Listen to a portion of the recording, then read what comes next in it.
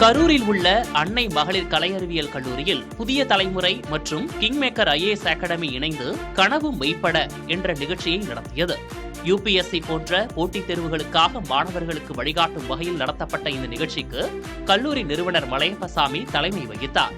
நிகழ்ச்சியில் புதிய தலைமுறை அரசியல் பிரிவு ஆசிரியர் கார்த்திகேயன் பேசுகையில், UPSC தேர்வில் வெற்றி பெறும் பெண்களின் சதவீதம் குறைந்து வருவது கவலை அளிப்பதாகவும், கல்விதான் பெண்களை உயர்ந்த இடத்திற்கு கொண்டு செல்லும் என்றும் கூறினார்.